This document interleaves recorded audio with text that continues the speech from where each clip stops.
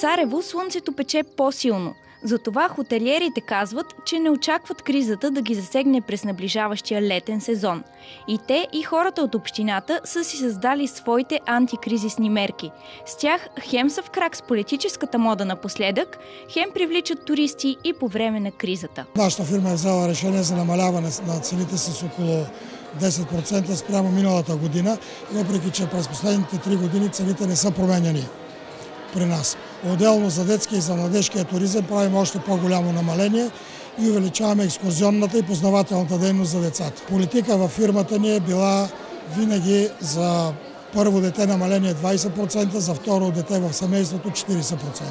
Това масово ли се прави от хотелиерите или всеки сам решава как да привлече туристи? Не бих казал, че е масово, всеки намира най-добрия начин за своя обект. Ние имаме предимството да можем да разчитаме на по-специфичния турист, на туриста-познавач, и това е нещото, на което се стараем да акцентираме. Туристът, който ще предпочете Царево, е този, който обича съчетанието между море и планина, обича съчетанието на плажовете и на прекрасните природни дадености, с които общината разполага. Парк Странджа е уникален парк, много и различни са интересите в него, но същественото е, че е нещо, което е създадено от природата и ще остане във вековете за ползване. За нашите туристи е изключително интересен, понеже се срещат невероятно редки видове, които се търсят. Идват студенти, идват туристи, както от българските университети, така и от чужбина. Димитър Праматаров е в хотелиерския бизнес повече от 20 години. Според него Царево е мястото, където хората могат пълноценно да отпочинат, както и да се насладят на различни туристически обекти. Освен това, само тук може да опитате сладко от зелени смокини и истински манов мед. Царево се наложи като столица на мановия мед. Всяка година ние провеждаме фестивал на мановия мед. И той е много популярен.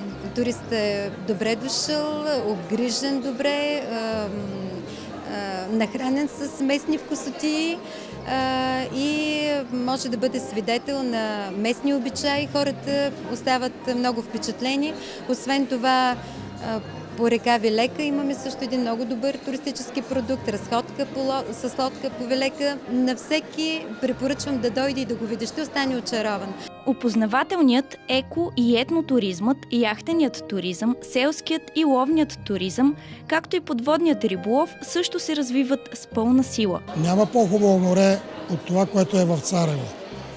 Това е най-южната община на България, с едно крайбрежие, което е може би около 30-40 км дължина, с такива невероятно красиви фиорди, никъде на друго място не можеш да ги срещнеш.